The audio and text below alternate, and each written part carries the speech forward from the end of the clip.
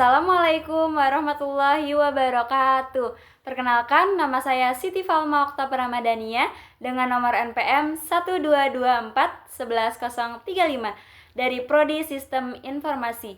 Di sini, saya akan menjelaskan bagaimana menjalankan proyek Falma Laundry Management System dengan menggunakan framework Django dan database MySQL. Pada video ini, saya akan menjelaskan dari awal, mulai dari menginstal software, menghubungkan ke database, menyiapkan proyeknya, hingga aplikasinya selesai. Selamat menyaksikan! Nah, baik teman-teman, sebelum ngejalanin proyeknya, kita harus nyiapin beberapa software yang kita butuhin dulu. Nah, di sini saya menggunakan beberapa software. Yang pertama ada Python, Visual Studio Code, SAMPP, dan Search Code-nya. Nah, yang pertama kita install dulu Python-nya. Kenapa harus pakai Python? Karena Django itu dibuat menggunakan bahasa pemrograman Python. Jadi, kalau belum install Python, project Django tuh nggak bisa dijalanin. Begitu teman-teman. Nah, mari kita install Python-nya. Tapi di sini saya sudah menginstal Python-nya, jadi nggak perlu meninstall lagi. Oh ya teman-teman, jangan lupa ketika menginstal Python-nya, jangan lupa mencentang add Python to pad. Kenapa harus dicentang? Agar komputer tuh ngenalin perintah Python. Jadi nanti saat kita mengetik perintah Python di terminal atau CMD, komputer tuh udah tahu program mana yang harus dijalanin. Kayak gitu teman-teman. Nah setelah itu baru klik install now. Tunggu sampai selesai. Ketika sudah selesai, gimana cara taunya Python itu udah terinstall atau belum? Kita klikkan di sini di CMD. Kita klikkan CMD. Nah, seperti ini teman-teman tampilannya. Kita klikkan dulu PyVersion. Seperti ini. Kita enter. Nah, ketika tampilannya sudah seperti ini, Python 3.13.11 itu versi yang kita download ya teman-teman. Tergantung laptop yang kalian gunakan. Jika sudah seperti ini, berarti sudah terinstall. Nah, baik teman-teman, selanjutnya kita menginstal Visual Studio Code. Kenapa kita menggunakan Visual Studio Code? Karena Visual Studio Code itu untuk membuka programnya, untuk mengedit kode program, ngejalanin terminalnya. Di sini saya sudah mendownload Visual Studio Code-nya ya, jadi saya nggak perlu mendownload lagi. Nah, di sini teman-teman, setelah terinstall, kita langsung buka aja Visual Studio Code-nya.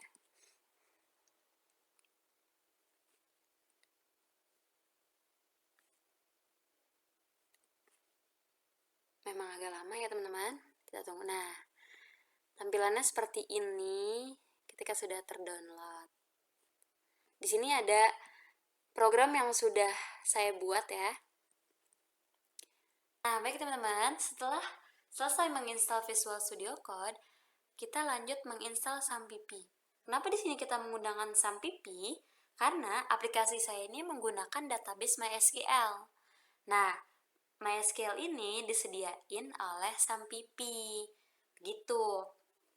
Nah, kebetulan juga di sini saya sudah menginstal SAMPP-nya. Nah, seperti ini teman-teman tampilannya.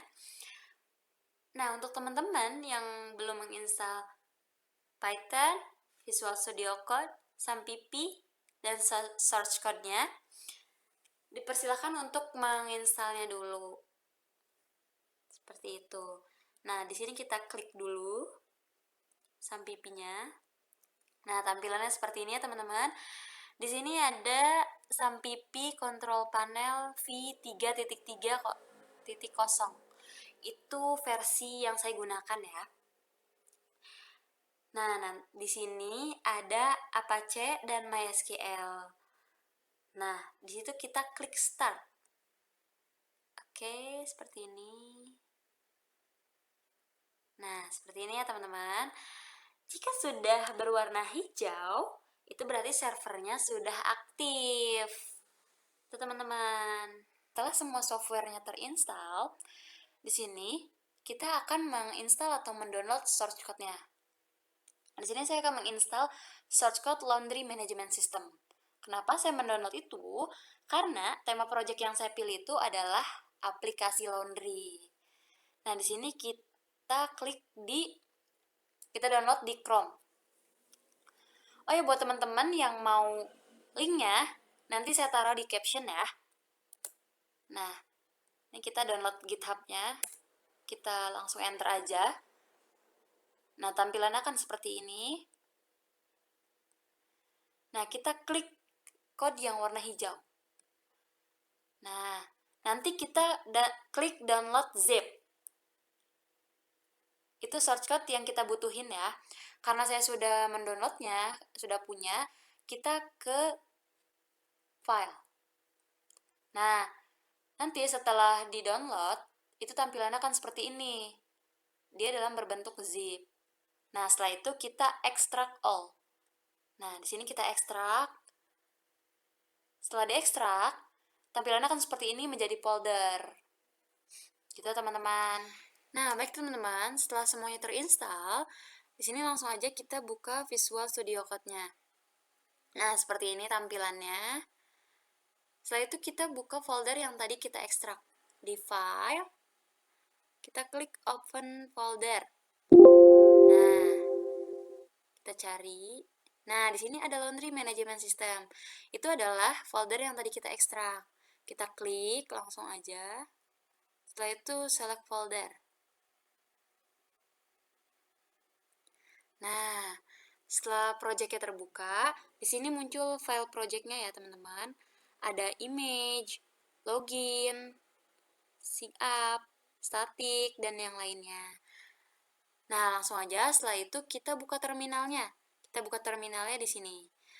Kita klik titik 3, terminal, new terminal. Nah, tunggu. Nah, setelah seperti ini, kita install Django-nya dulu. Gimana cara installnya? Kita ketikkan pip install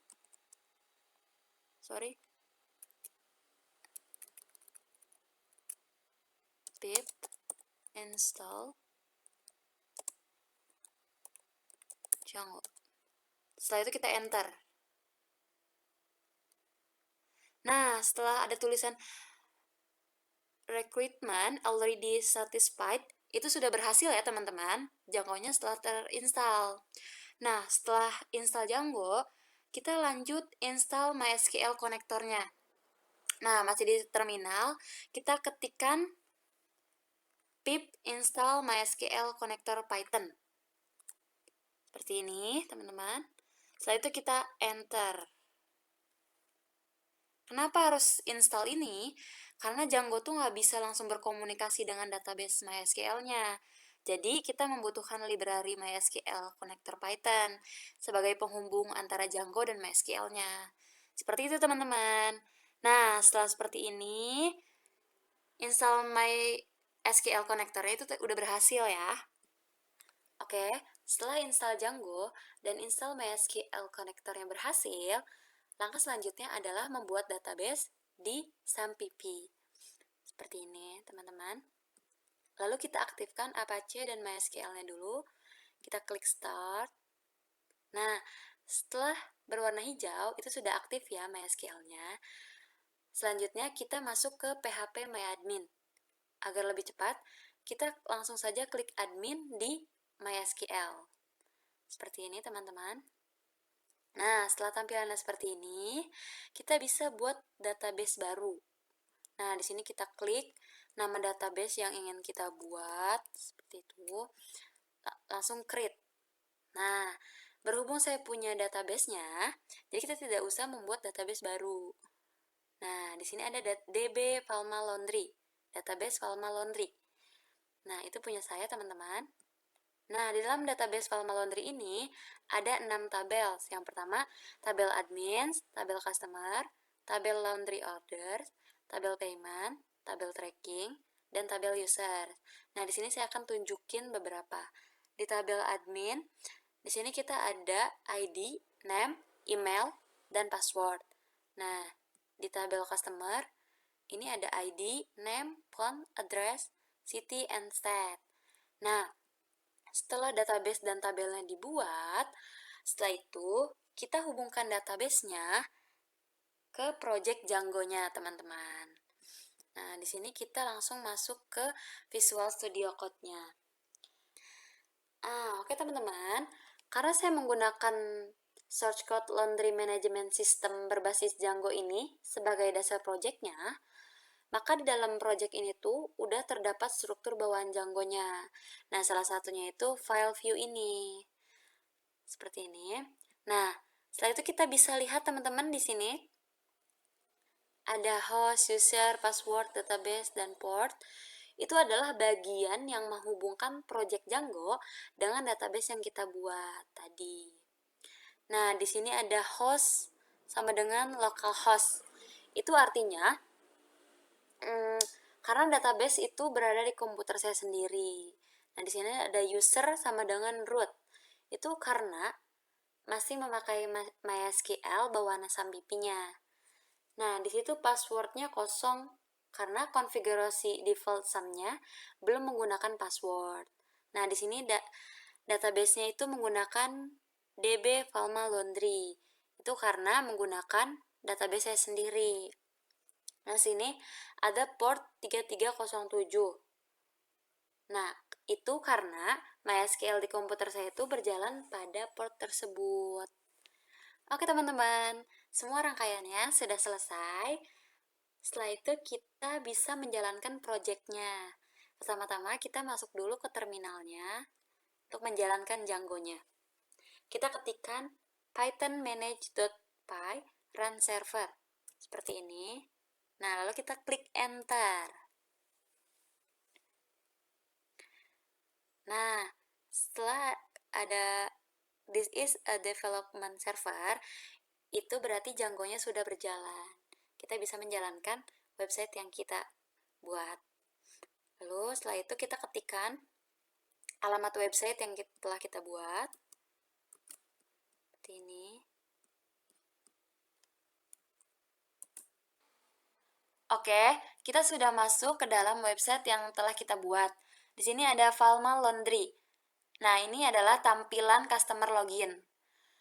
Nah, jika kalian sudah memiliki akun, kalian tidak perlu daftar lagi. Jadi tinggal masukkan email dan passwordnya yang telah terdaftar.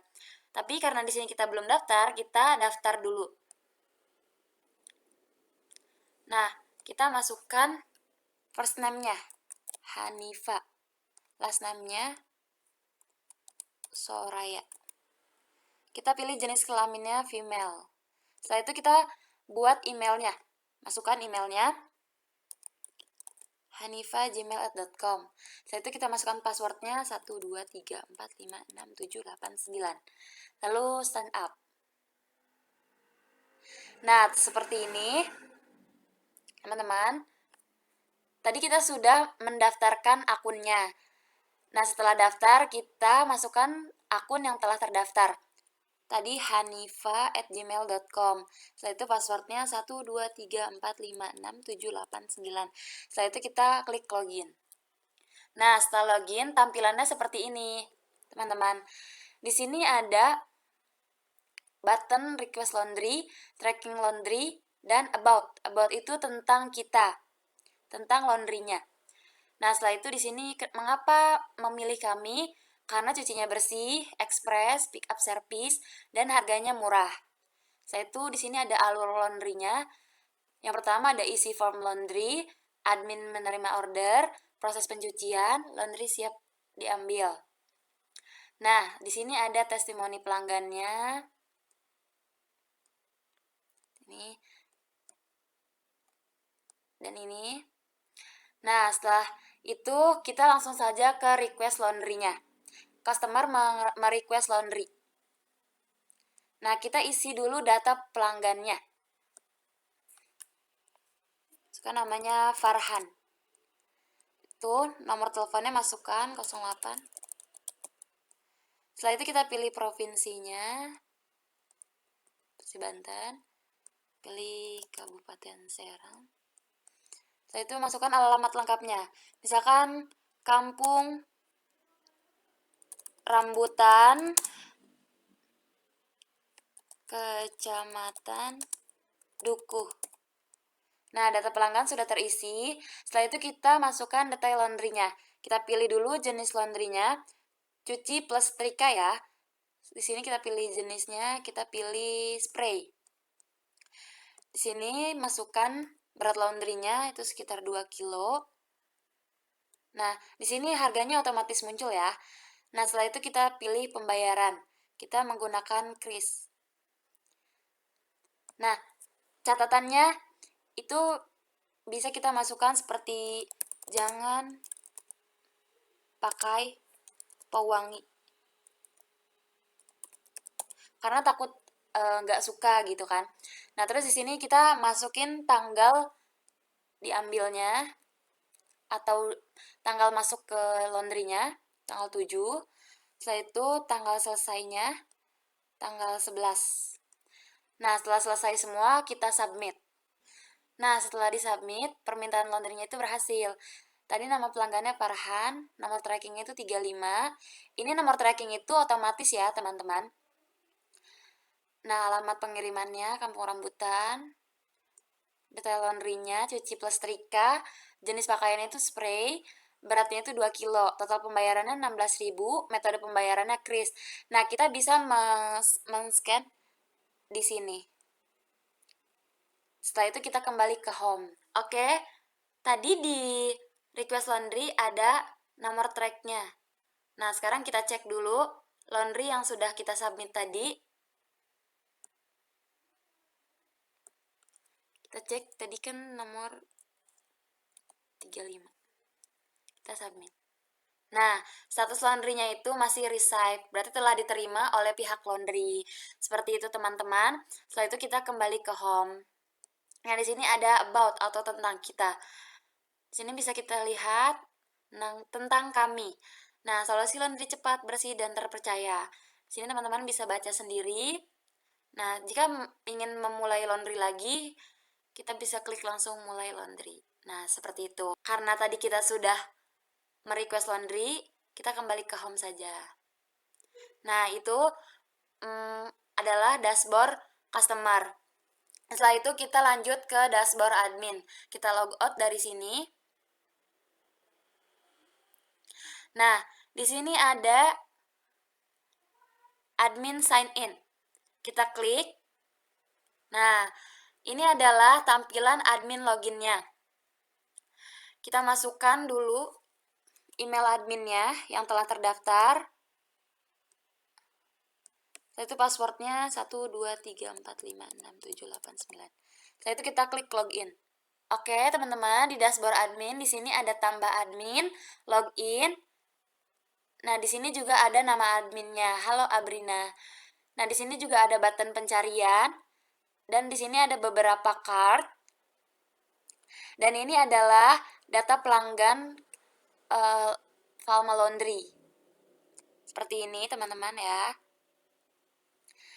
Nah, di sini kita bisa cek tadi ada customer yang merequest laundry dengan nama Farhan, nomor ID trackingnya itu 35. Nah, statusnya diterima, tanggal ordernya segini. Nah, di sini ada metode pembayarannya itu memakai kris. Nah, jika memakai kris, status pembayarannya itu otomatis lunas karena dia sudah membayarnya langsung. Tapi jika metode pembayarannya cash, itu belum otomatis lunas.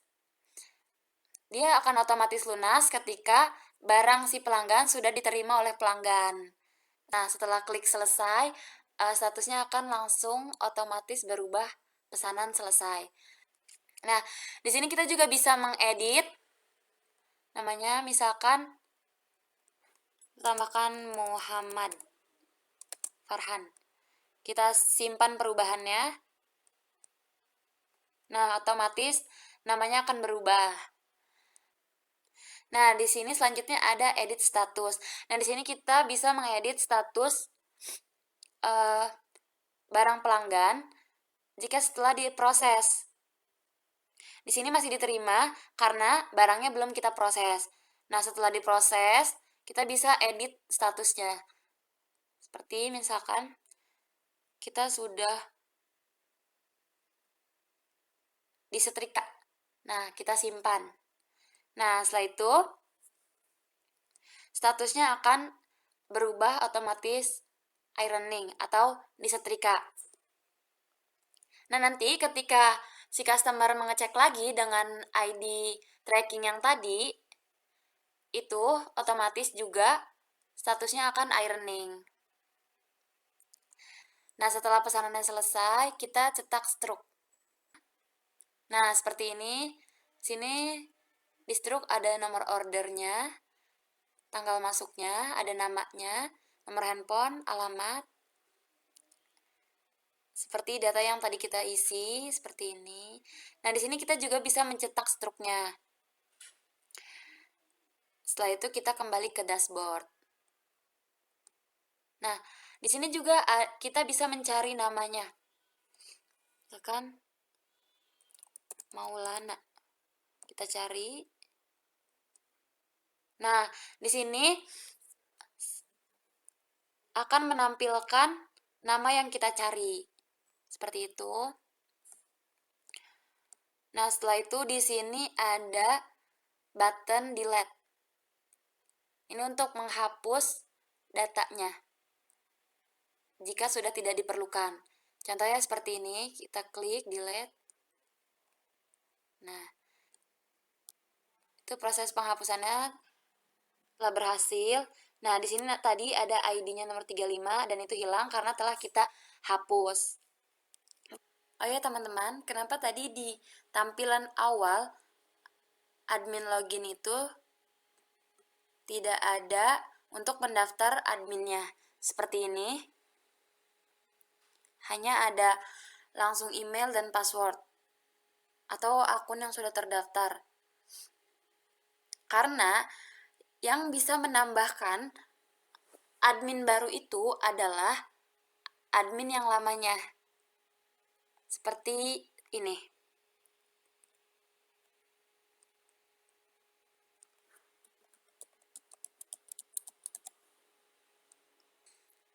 Nah, seperti ini.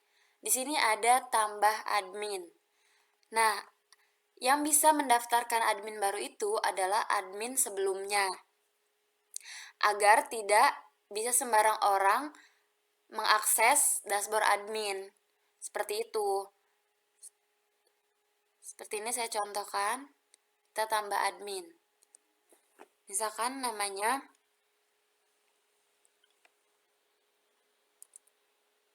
Risa.